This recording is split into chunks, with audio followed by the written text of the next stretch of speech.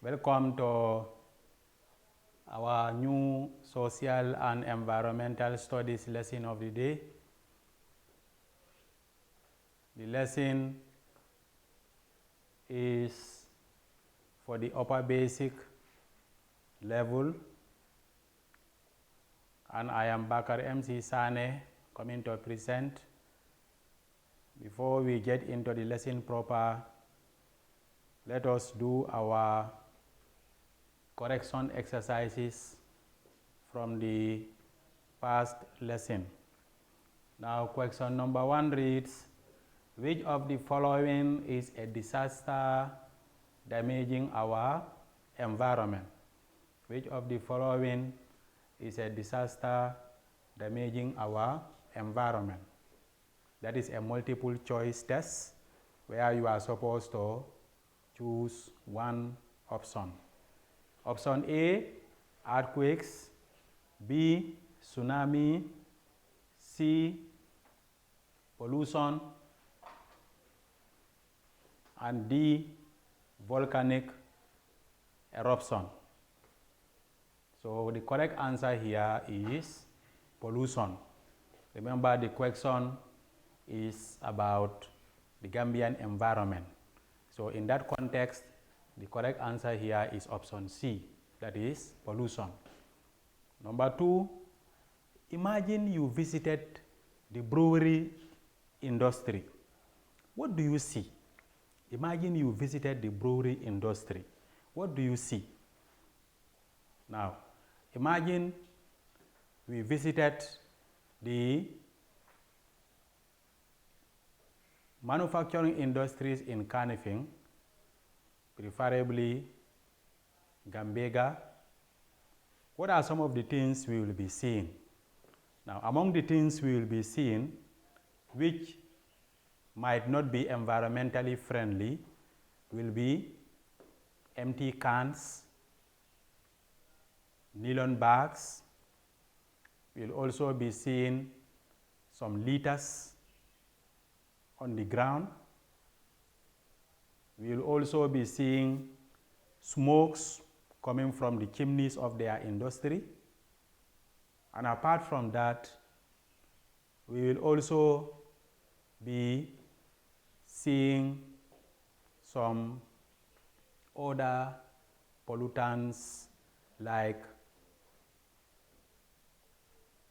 food covers which were used in covering foods.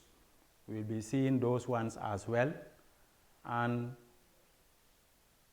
part of the things still that might be seen also could be broken bottles.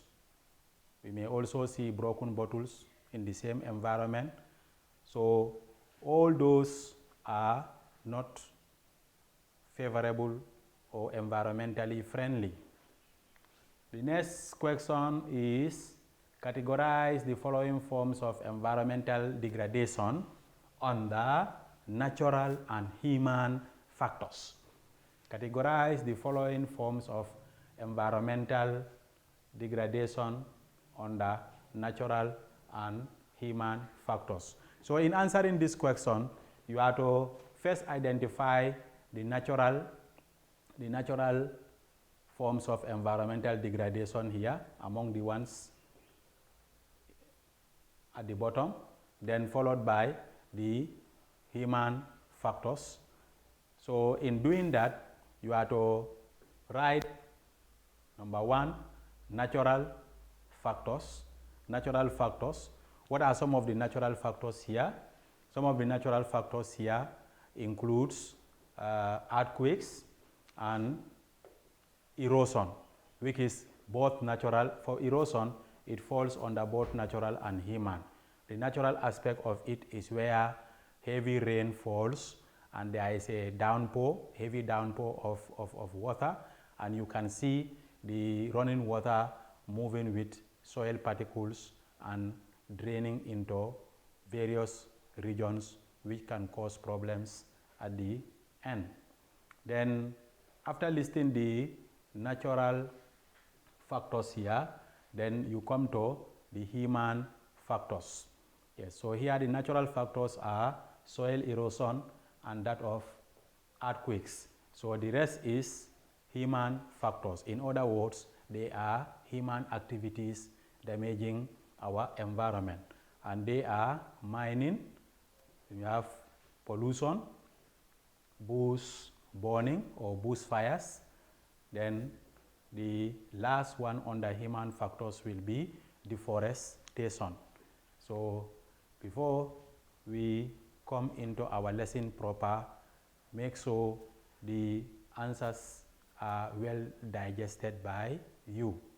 Once again, viewers, I am Bakar MC Sane, coming to present our today's SES lesson, Social and Environmental Studies for the upper basic level.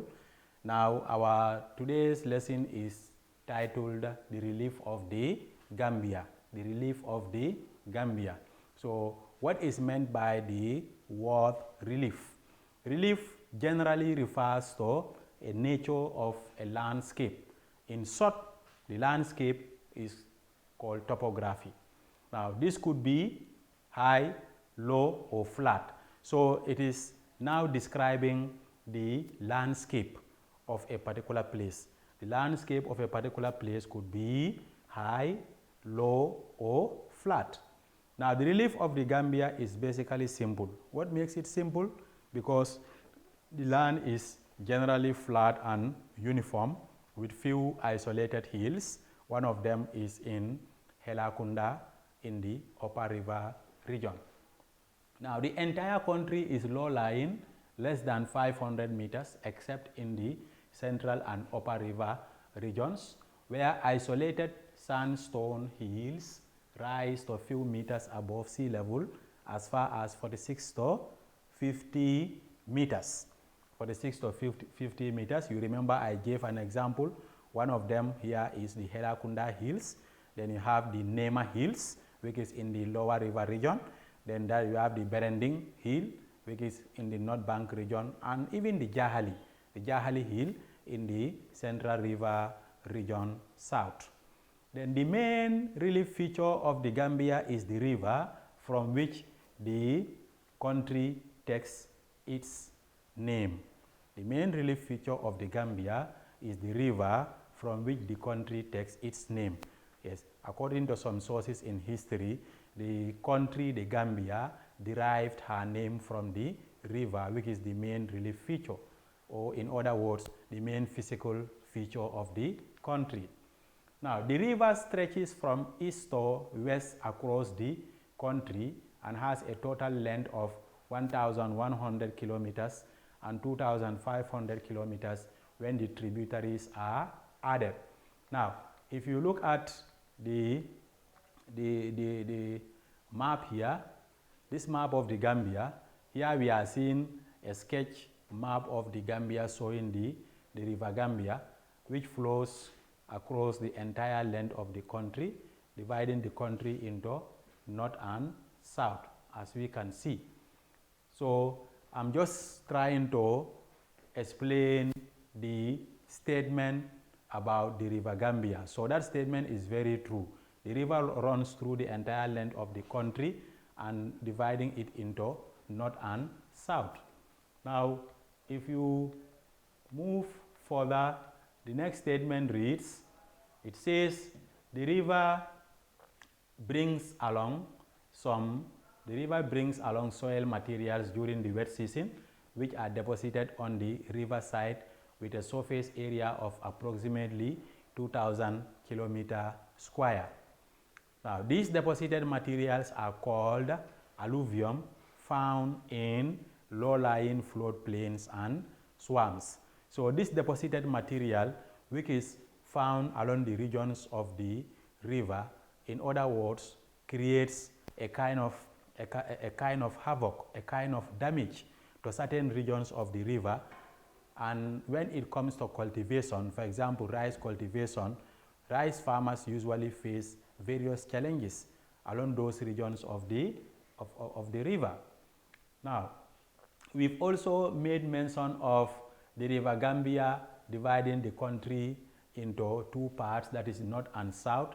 And here is a statement which attests to that. It says it bisects the country into two narrow strips of land. What are those two narrow strips of land? That is the north and south. What are the two narrow strips of land? That is the north and south. In other words, north is along this side of the map of the Gambia, as you can see, that's the northern Gambia. Yes, and then the bottom part of the map immediately after the river, that is showing the southern part of the Gambia, as you can see, which goes as far as the Upper River region. Now, the next portion is about the meaning of an estuary. Okay. The meaning of an estuary is a partially enclosed body of water along the coast where fresh water from rivers and streams mixes with salt water from the ocean. So in other words, in short, an estuary is called the mouth of the river. For example, the mouth of the river Gambia is found in where?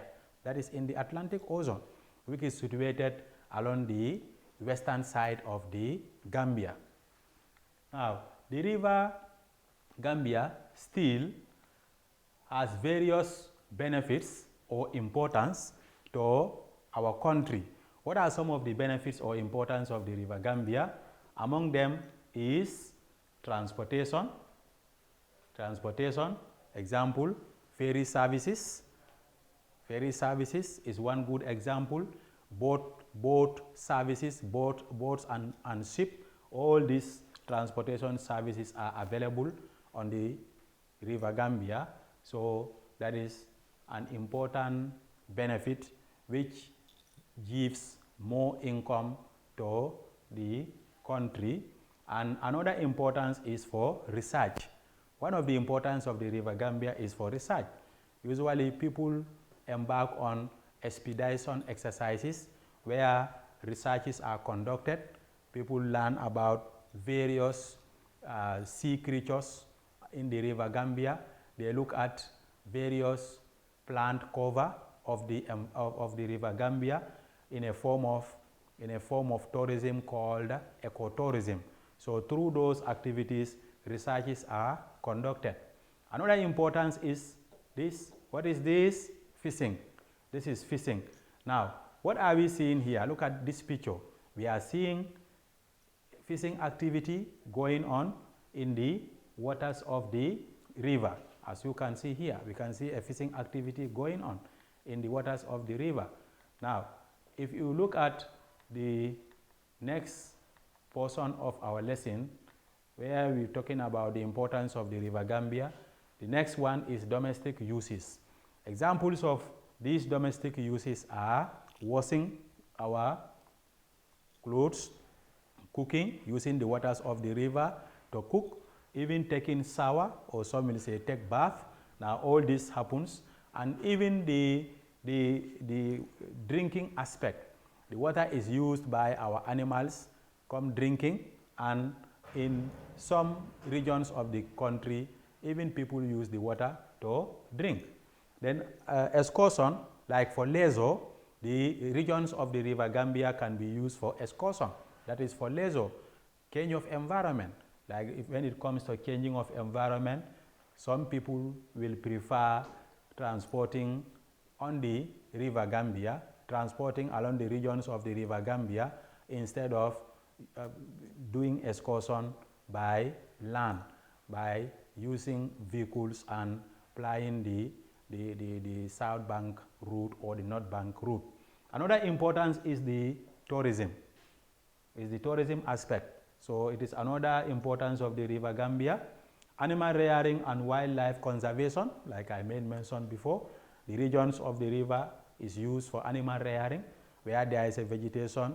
You can see livestock like the cattle, the sheep, the goat. You can see them grazing the grasses found within those regions of the river. And part of the river's area is also used for wildlife conservation. One good example of that wildlife conservation is the protection of the hippopotamus, the hippos. So there are certain regions in the River Gambia where you can see the hippos, and those regions serve as the habitat of those hippos.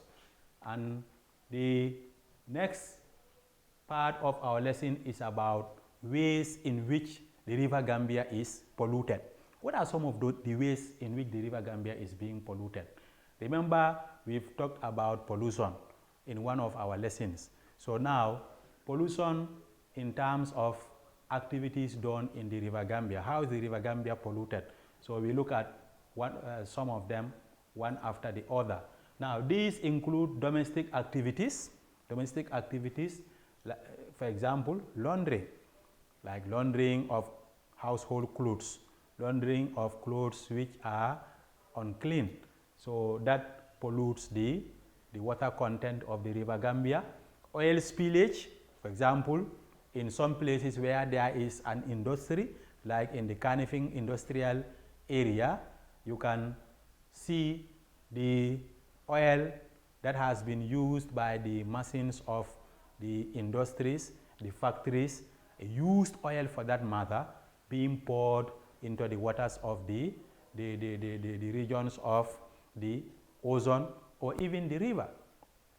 Then the next one is sewage. You can also see waste from the processing plants, which is also dumped into the waters of the river. Next is dumping of dead animals. If you move to certain regions of the river, you come across dead animals dumped inside the waters, which is all hazardous to the sea creature and even affects the marine life as well, even the fish.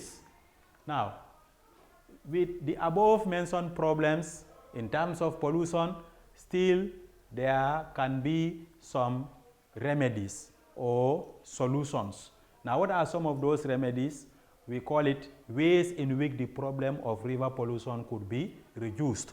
So some of the ways in which the problem of river pollution could be reduced are: 1, sensitization or education. What is this? Sensitization or education through the print as well as the electric or electronic media, like newspapers can publish, yes, write about pollution and its related consequences. Radio stations can also conduct talk shows. Then people can also embark upon environmental sensitization programs by writing different negative slogans on placards that can be read by people who can read, and then after reading you put what has been read into practice.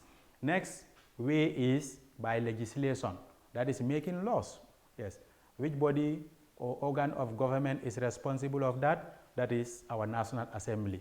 So the National Assembly can also come up with laws that will help to discourage the pollutants being dumped into the waters of the river by various people. All these things can be totally discouraged, or not even, or even if it is not totally discouraged, it can be greatly minimized. Next is provision of more security guards along the regions of the river. If you go to certain regions of the River Gambia, we can see some of our security guards like the Navy, the Gambia Navy, not to talk of the regions of the Atlantic Ocean. If you go to certain regions of the Atlantic Ocean, for example in Banjul, you will see the Navy officers stationed at those places purposely for the security of the country's territorial waters. So that is another way. Then the next content we'll be looking at under the relief of the Gambia is the mangrove swamps. Remember, we've talked about the River Gambia as one of the relief of the Gambia. So the next is the mangrove swamps. Now, what are these mangrove swamps all about? Mangrove swamps are also called saltwater swamps because where they are grown, usually you come across salt, and it is also available within those places where the trees are grown. They extend from the Atlantic Ocean to around Kauru along the river. from the Atlantic Ocean to around Kauru along the river. Now Kauru is around this area of the country. Yes, it is situated in the Central River region north. As you can see, this side of the country is where Kauru is located. So it is telling you that the extension of the salt content of the waters of the river goes as far as the region of Kauru in the Central River region north. Now, the next portion is about the same mangrove swamps. It says the fact that it extended around the area called Kauru in the Central River region north, these areas are not ideal for farming due to the high salt content. Due to the high salt content, the area is not ideal for farming. Now, for example, one form of farming which is not ideal in those regions is rice cultivation. Now, what are we seeing here in this picture? We are seeing mangroves. You can see the mangroves, you can see the roots of the mangroves, and of course the leaves and other parts. So where there are mangroves also, certain sea creatures also thrive very well. For example, the lobsters, the shrimp, the crabs, the oysters. So all those things are usually available within the regions of the mangrove swamps and related areas. So on the other hand, it is not ideal for the cultivation of rice, but on the other side, it is very useful when it comes to the survival of those sea creatures I mentioned. Now, the freshwater floodplains, locally called Banta Faro. Now, this is another aspect of the relief of the Gambia. Now, they are otherwise called freshwater swamps. Now, the freshwater swamps extend beyond Kemoto in Kiang to Koina in the Upper River region. Now, this brings us to the map again. Now, Kemoto, that one is in the Lower River region. It is along the side of the River Gambia. So it's around this side of the country, and it goes as far as the region in the country called Koina, which is in the eastern part of the country, situated around this side of the country. That is the Upper River region of the country. So those areas are known as the freshwater swamps, locally called the Banta Faro, which is very ideal for rice cultivation, and rice is the staple food in the Gambia. What is staple food? This is the food which is commonly eaten by most of the household members in the Gambia. So that is the term staple. Now, what are we seeing here? We say the Banta Faros, the freshwater swamps, are usually put into rice cultivation. So here is an image of a swamp. You can see a swamp land. What are we seeing here? We are seeing rows and rows of rice plants growing, and at the background we can see some rice cultivators at the background. So these particular areas or regions of the relief of the Gambia is very favorable when it comes to the growing of rice, which is the staple food of the country. Now, the next aspect of the relief of the Gambia is the coastal lowlands. The coastal lowlands. So, if you are asked to briefly describe the coastal lowlands of the Gambia, it reads, these are areas near the Atlantic Ocean. These are areas near the Atlantic Ocean. Which image are we seeing here? We are seeing an image of the Atlantic Ocean. That's the image of the Atlantic Ocean, the picture of the part of the Atlantic Ocean. So, part of the Atlantic Ocean is described as the coastal lowlands, which is a subtopic or a subsection of the relief of the Gambia. Now, the Gambia has a coastal land area of 80 kilometers starting from Kartong in the southern part of the country, that is in the West Coast region, going as far as Bunyadu, which is in the North Bank region of the country. So in other words, the Gambia has a very short coastline. So the fact that our coastline is very short, approximately 80 kilometers, so that requires what? Prevention. That requires proper management. Yes, that requires public sensitization for the conservation of the coastline. The coastline should at no cost be tampered with or affected by pollutants, affected by other harmful practices that can be hazardous to the environment, that can be hazardous to the creatures found within the regions of the coast. Now, coastal areas are lowland surfaces composed of hills of sand and are useful for fishing. Now, look at the picture once again. It says coastal areas are lowland surfaces composed of hills of sand and are useful for fishing. So, look at it. If you look at this side of the Atlantic Ocean, what are we seeing? We are seeing sand. We are seeing lumps of sand along this side of the Atlantic Ocean. If you look at this other side, we are seeing the waters of the Atlantic Ocean. And this is where you come across different sea creatures like the fish, the crabs, the oysters, the lobsters, etc., etc. Now, the next aspect of the relief of the Gambia is the interior low hills. The interior low hills. Now, what is it about? In the interior of the Gambia, there are low hills of sandstone. These hills are mostly found in the central and upper river regions made up of laterite soils. I made mention of the hills located in the region of the Gambia regarded as the interior. For example, the Helakunda Hills in the upper river region, the Jahali Hills in the central river region south. So these are examples. Yes, besides there are other hills like the one in Nema in the lower river region, the one in Berending in the North Bank region.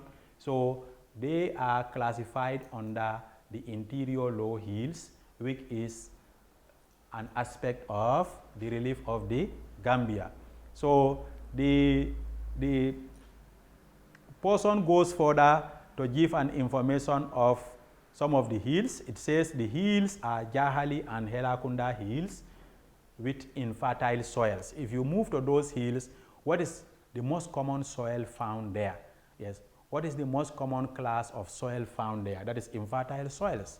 Soils which comprises of different pebbles, soils which comprises of different classes of rocks.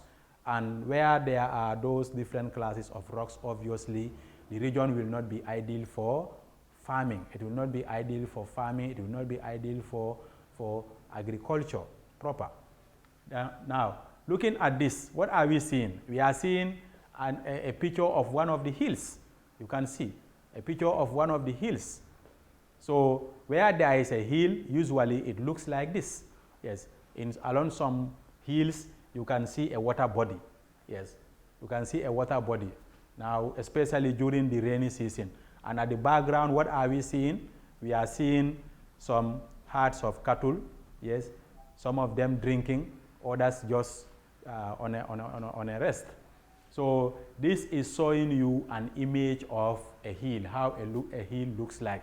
If you go to certain hilly areas in the Gambia, you will not see a water body, but instead you will be seeing a landscape. You will be seeing a topography, remember, which is hilly.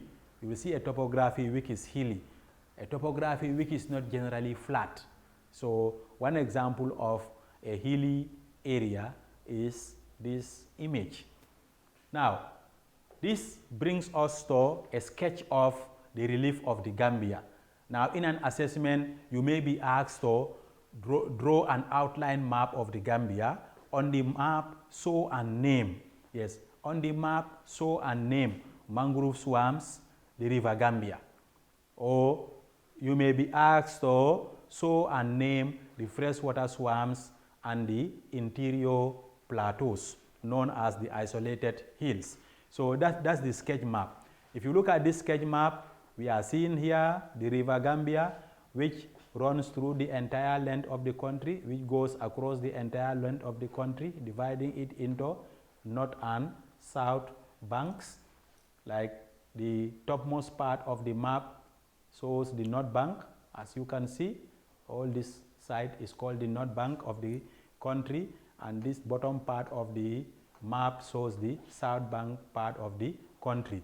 Now, looking at this map requires studying the key. If you look at the key, you can see a symbol which looks like this with some lines.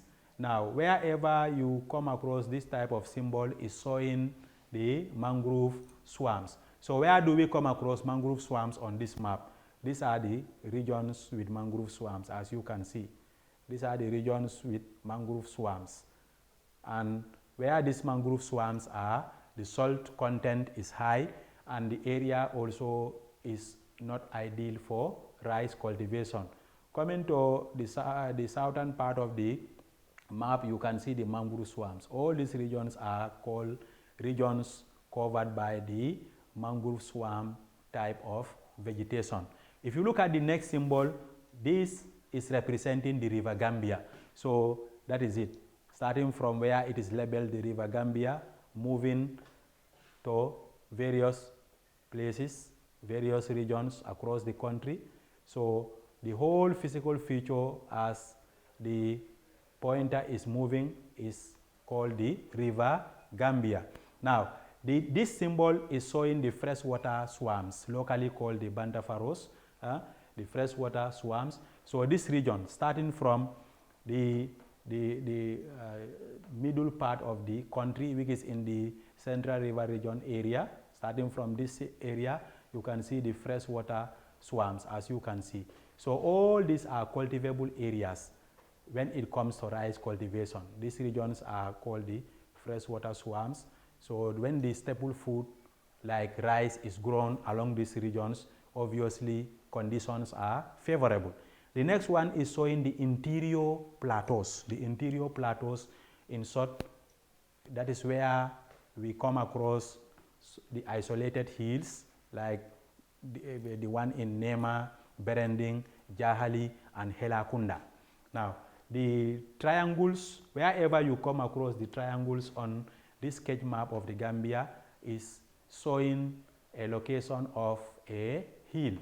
It is showing a location of a hill. Like if you look at this side is showing the location of the Nema Hills in the southern part of the country. If you look at these other hills, is showing hills located in the Central River Region part of the country. If you go further into the interior of the country, you can see hills situated in the eastern part of the country, which is in the Upper River Region. So generally where those hills are located is called the interior plateaus or isolated hills, which is part of the relief of the Gambia. Now once again, viewers, before we mark the end of the lesson, here is an assignment, and the first question number reads, number 1, which stream divides Central River Region from Upper River Region? Which stream divides Central River Region from Upper River Region? Question 2, which direction does the River Gambia flows? Which direction does the River Gambia flows? Next, name any 2 islands along the River Gambia. Name any 2 islands along the River Gambia. So that marks the end of our lesson. I hope you fully enjoyed the session.